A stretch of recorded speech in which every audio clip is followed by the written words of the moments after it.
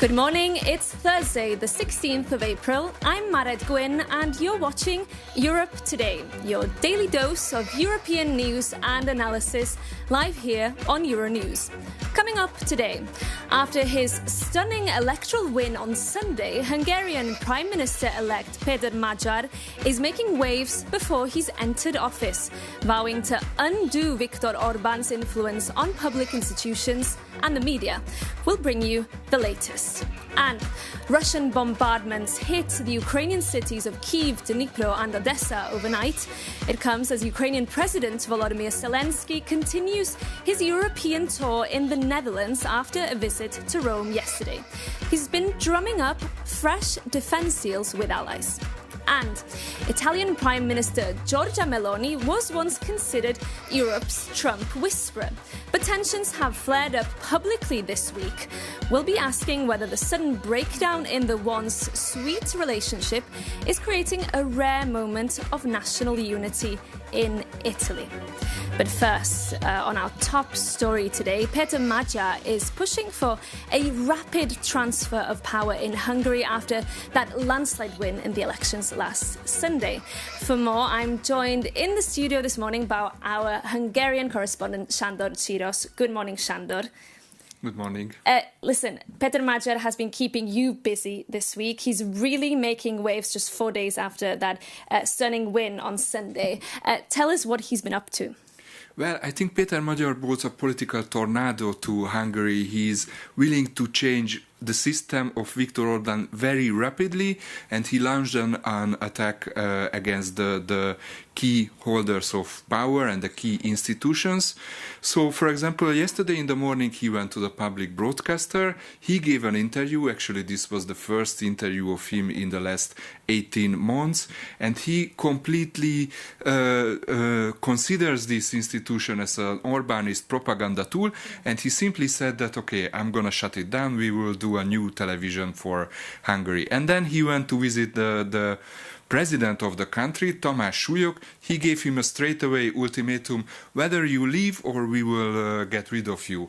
And suddenly the president understood the message, and he said that maybe I'm considering to leave by myself and put the mandate to you as soon as possible. Let's listen to what Péter Magyar said after this meeting.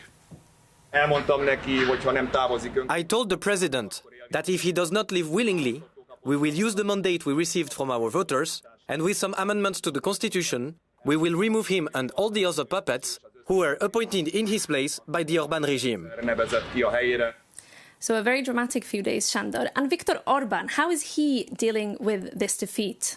Well, there are indicators that, it's not a simple defeat for Orban, but a complete humiliation. He hasn't shown up publicly ever since the vote on Sunday. He posted only once on Facebook, and many government officials and many people around the government are blaming actually him for the bad campaign and for the bad results. Now there is one very interesting thing that yesterday it turned out that Orban is missing his last EU summit, which will take place next week in Cyprus. He's not going there. He's not going to face other leaders after his non-stop veto policies. This is just to avoid public humiliation at the summit.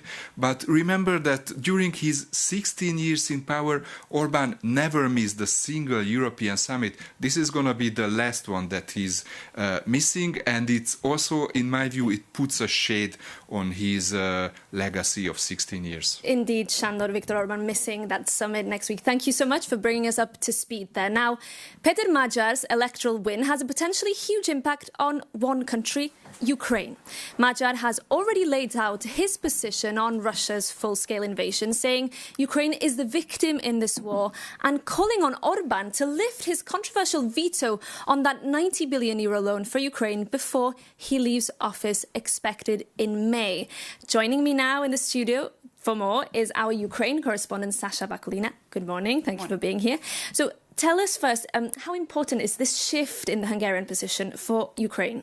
It's crucially important for Kyiv because there are, of course, a couple of vetoes, Viktor Orban's vetoes, that are still there in place. This is the €90 billion loan. This is also the the new package of sanctions against Russia, and of course anything regarding Ukraine's EU accession. But first and foremost, the most urgent thing nowadays for Ukraine and for the EU is unblocking this loan, which has already been agreed upon at the summit in December. And this is the money out of the 90 billion. 60 billion is something that Ukraine desperately needs for the defense industry and to make sure that Ukraine does have enough weapons.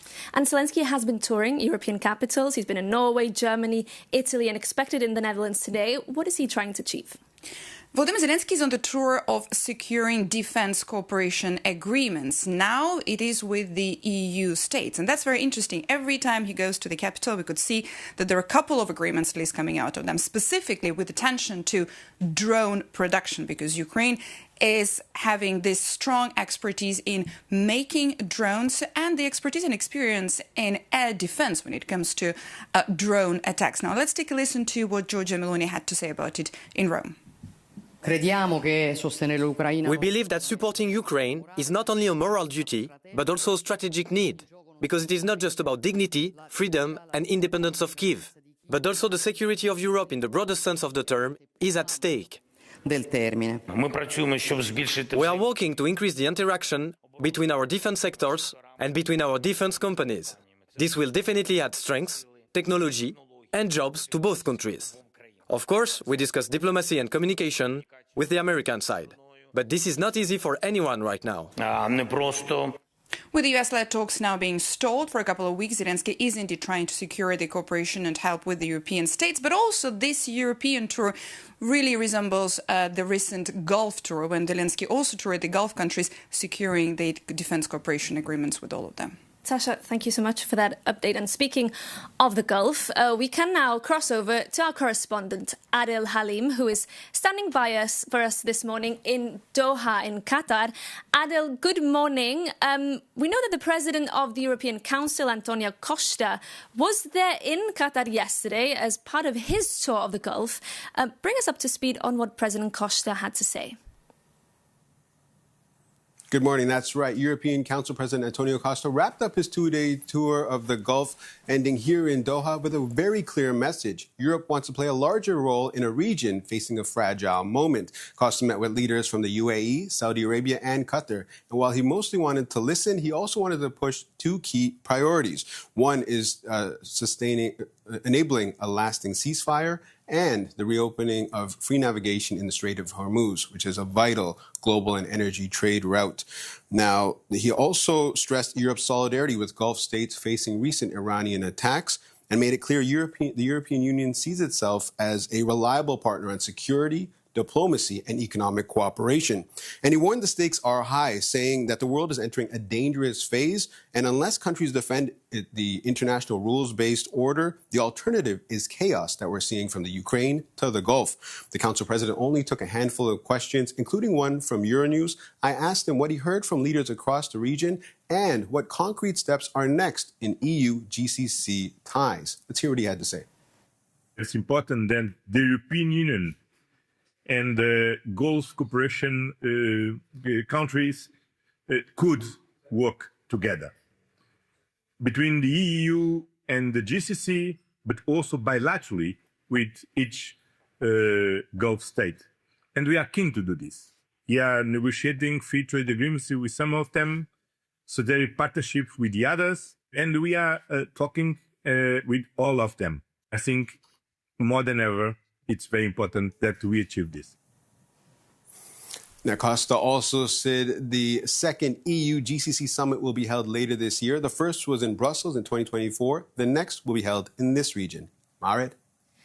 Adel, thank you so much for that update. And yesterday, in fact, I sat down with the Secretary General of the Gulf Cooperation Council, Jassim al-Budaywi, and I started by asking him whether he believed the war on Iran had brought the Gulf and the European Union closer together. I think the EU is one of the most important strategic partner to the GCC.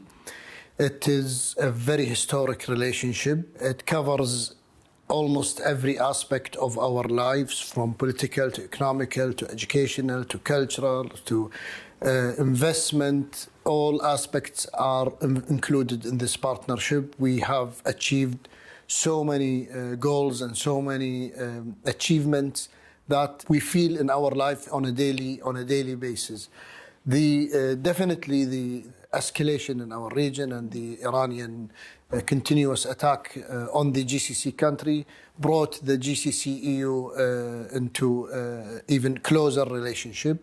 I felt it, and this was reflected in my discussion and dialogues here in Brussels with different leaders in the European Parliament and in the European Commission. So this is bringing us together. We are looking at the stability and the security of the region, because it is obvious to everybody that the stability in the Gulf is an important element for the international stability and security. I'd like to ask you how this experience, these 7 weeks of conflict we've seen, have maybe changed the way that the members of the GCC think about security. Do you think there's been an inflection point here, and do you think there'll be more work on, for example, partnerships with countries like Ukraine to bolster the region's defense? There are many lessons learned from this conflict.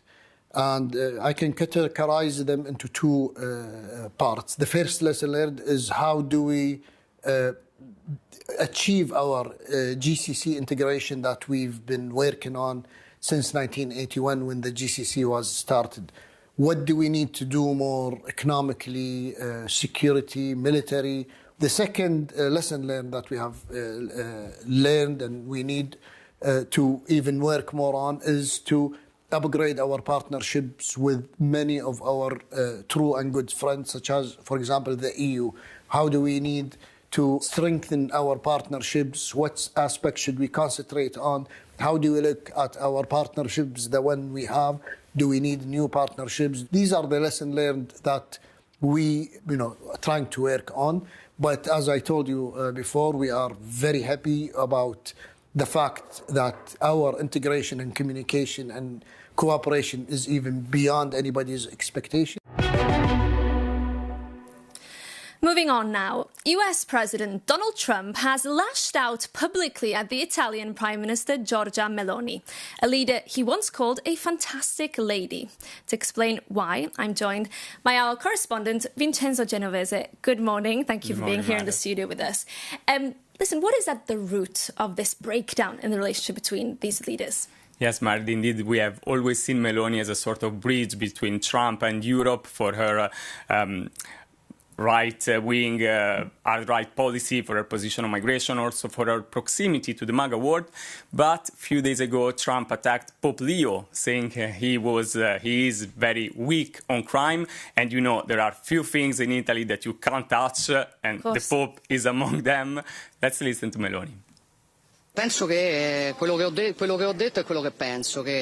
What I said is what I think, and that is that the statement, especially with regards to the Pontiff, are unacceptable. I expressed my solidarity with Pope Leo, and I will tell you more. I would not feel comfortable in a society where religious leaders do as they are told by politicians, not in this part of the world. So I disagreed, and I said so. Ecco, per cui non sono stata d'accordo e ve l'ho detto. I've never heard anything similar, Mared. Coming from Meloni, she had never used the word unacceptable before speaking of Trump, and Trump didn't take it well. Of course, he said, and I'm quoting, in an interview with the Italian newspaper Corriere della Sera, "I'm shocked at her. I thought she had the courage, but I was wrong. Very sad. She's much different than I thought. She's not the same person. Italy is not the same country." So also here, then, Trump said in another interview that Meloni was very negative.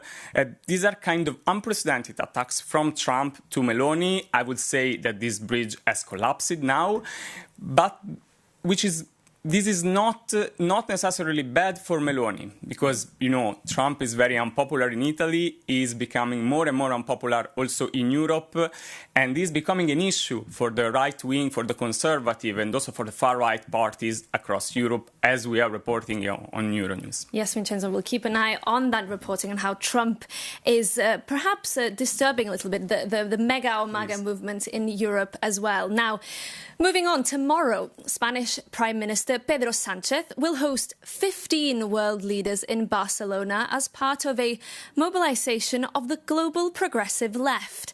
Joining us now live to explain more is MEP Hanna Yalul, a Spanish MEP who was previously Migration Secretary in the government of Sánchez and who will join the mobilization. MEP Yalul, welcome. Is it fair to say first that this gathering in Barcelona is also a united front or a reaction against Trump and Trump's ideological allies across the world? Is this essentially an anti-Trump coalition? Good morning. Thank you for having me here today. No, I wouldn't say so. This is not an anti-Trump rally. This is not an anti-Trump conference at all. And it's very important to make this clear. The Global Progressive Mobilization is a work, a joint effort from all progressive forces, from different political organizations and different intellectual foundations and trade unions. You know, it's a wide range of progressive organizations that and leaders, which is very important, that we are gathering in Barcelona, led by Pedro Sánchez, and that begins with him as president of the Socialist International, as Stefan Löfven as president of European Socialists, that got this initiative that we have been working on for the last year. And now we're here in Barcelona finally with many leaders all around the world and to fight for democracy, climate change, international law, but this is not an anti-Trump reaction to anything or any sort of it. And the European left, I think it's fair to say, has been through quite a difficult period of time. If we look at the European Council, that's obvious. It's dominated by right-wing leaders. How are you hoping to kind of reclaim that narrative and reclaim your voter base across the continent? Well, I think the image of Prime Minister Pedro Sánchez by itself talks a lot of what people are expecting, no, for the future. I mean, his global image, the support he's taken with his stance, his coherence in political coherence, let's say, with against double standards. You know, when we talk about Gaza or when we talk about Ukraine, when he said no to war, he's having a huge, massive support in his positions, and I think that shows how. He's being very widely supported by civil society all around the world. I think that this not to war shows how people think that peace, and we are at an important moment for peace. He talks about climate change also, or when he talks about, techno oligarchs, how to take care of our children with social media. I think he's always making a very important stand that are very widely supported. And I think this gathering in Barcelona is massive, you know. So that shows how much support he has and how much, social democratic and left forces wants to unite with these main principles that he represents. Indeed, Sánchez has obviously been a bit of a figurehead on the global stage recently, but he has faced criticism from some certain political parties in Europe on his recent decision to regularize 500,000 migrants. Some saying it undermines even European security. How do you respond to that criticism? Well, I think that let's go to talk about data, okay? So for the last year, we have had a very, a policy with migrants that talks about always security, of course, and legality within the framework of legality, which I think it is very important for everybody to understand. All these migrants are very well regulated in our country in the sense that they all have permission to work. And last year, only 700,000 migrants collaborated and helped to the stability of in the labor market. Yes. So I think it is important to understand that these migrants do not steal the job of anybody.